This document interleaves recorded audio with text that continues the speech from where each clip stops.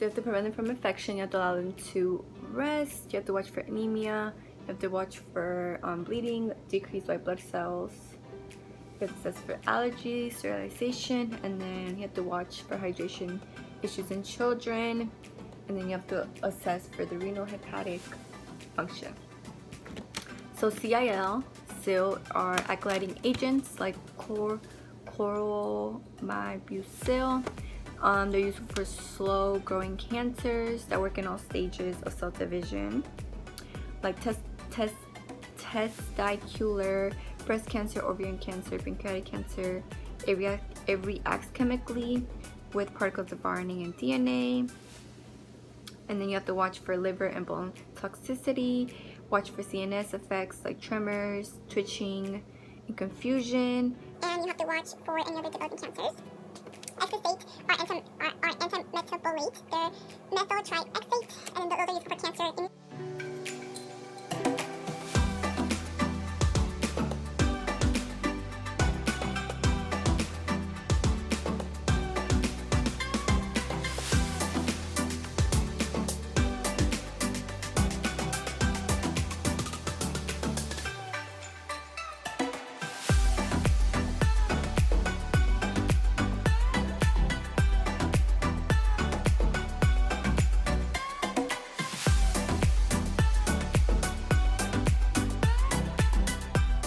So this is how I'm studying, you guys, for my second exam for pharmacology. Just wanted to come on here and show you guys. I saw this trick on TikTok.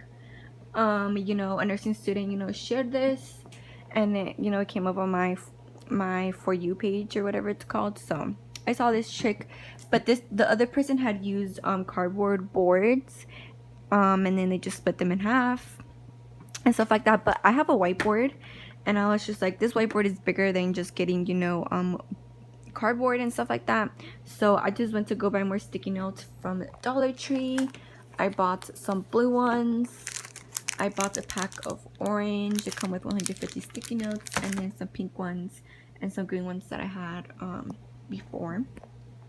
So these are all antioplastic drugs. I'm still missing some, but I feel like I got the general nursing care for like all of these. So this is like the general nursing care for like all of these drugs that I have right here, as you guys can see.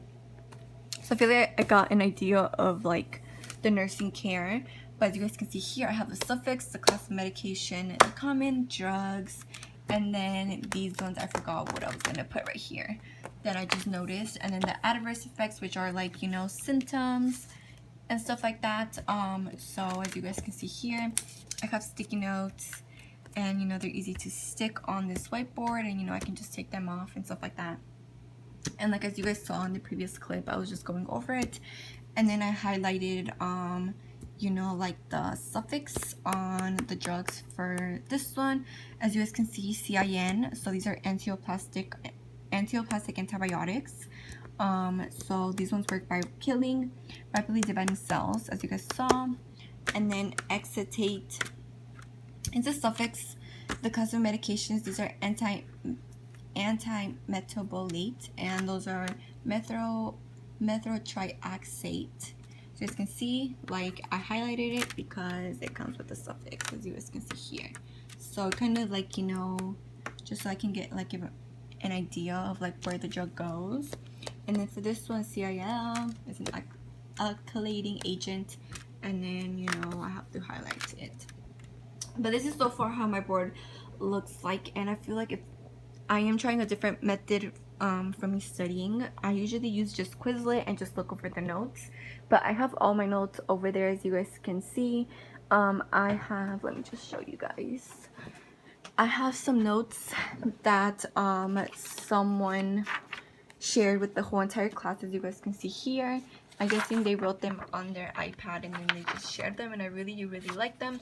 So I'm going off of those notes, and then I'm going off of this help sheet that also another person, you know, they ended up jotting everything down that was important.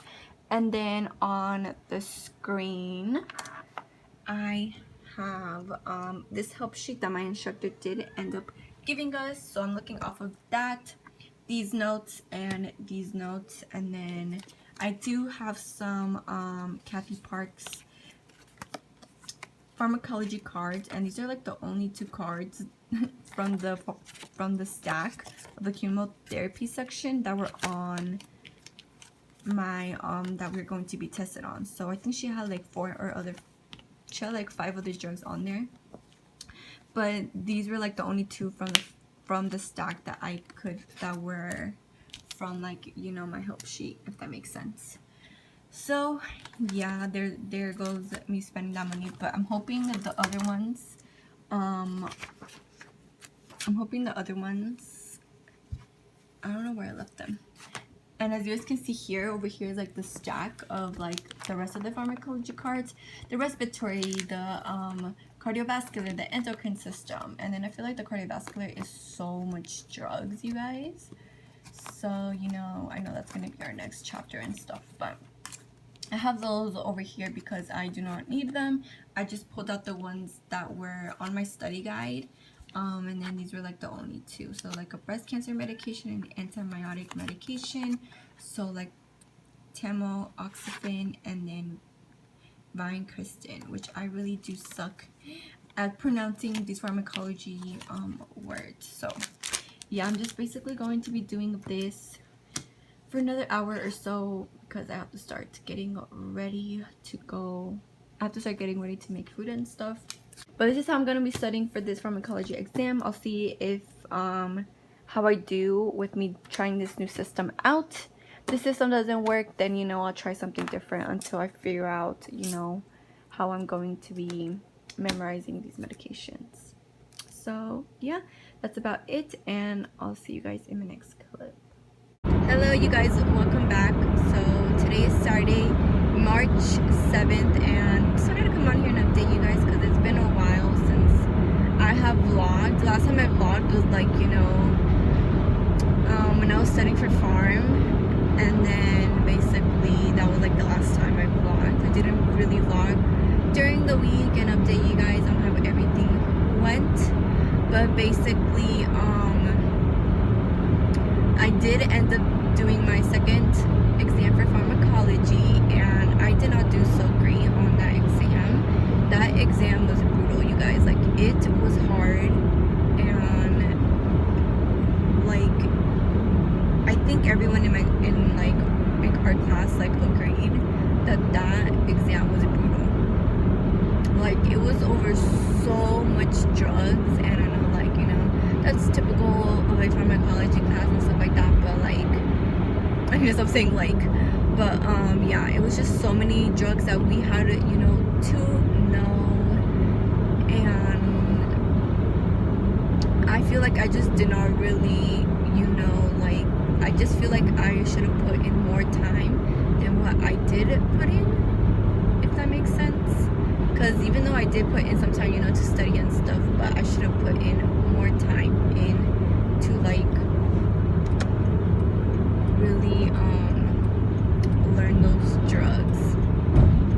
So I just did not do so well, and I think like the medium score for that class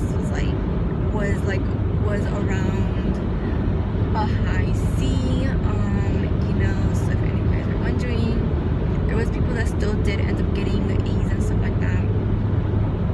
But you know, in nursing school you just have to put in a lot of time to study, and I felt like that's what I lacked in, just because, you know, I didn't put in so much time into study for this class. But like how I told you guys, I did end up passing my first PAPC, got my results back, and I only missed 1 point, so I did end up getting a 59/60, which was good. I was stressing so much about my documentation, and I did end up only getting 1 point off, and I probably just did end up missing something that I said.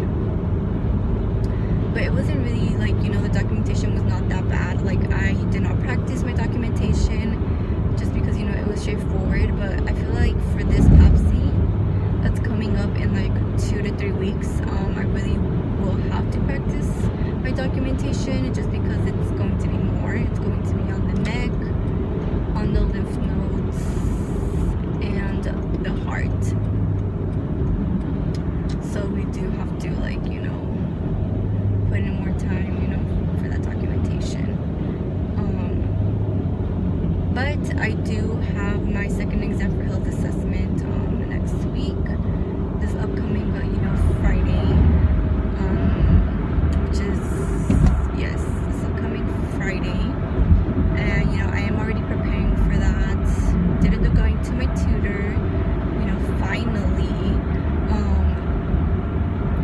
she was there, she was telling me, you know, like how to study for this class and stuff like that,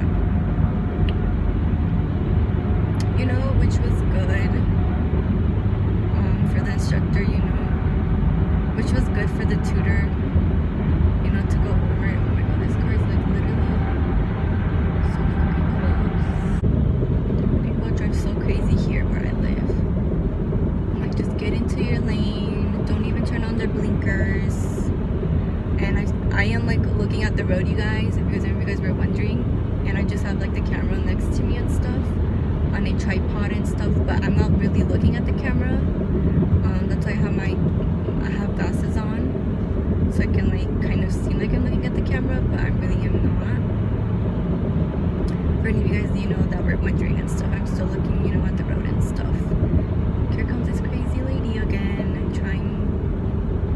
Oh my god, lady. But yeah, you guys, right now I'm on my way to the store. How do you guys feel about like this whole coronavirus thing? I was told by like other Instagram people that post on Instagram, like on my nursing page, that they're like, oh, it's just like the flu and da da da da, it's like the same symptoms and stuff. But there's 4 types of coronavirus, you guys. If you guys did not know, our nursing instructor did end up going over it today, like that there's 4 types, and they're all different symptoms. So yeah, so like, what do you guys think about it? Because in my area where I live, like, people are going crazy with the toilet paper, the waters, the disinfecting wipes.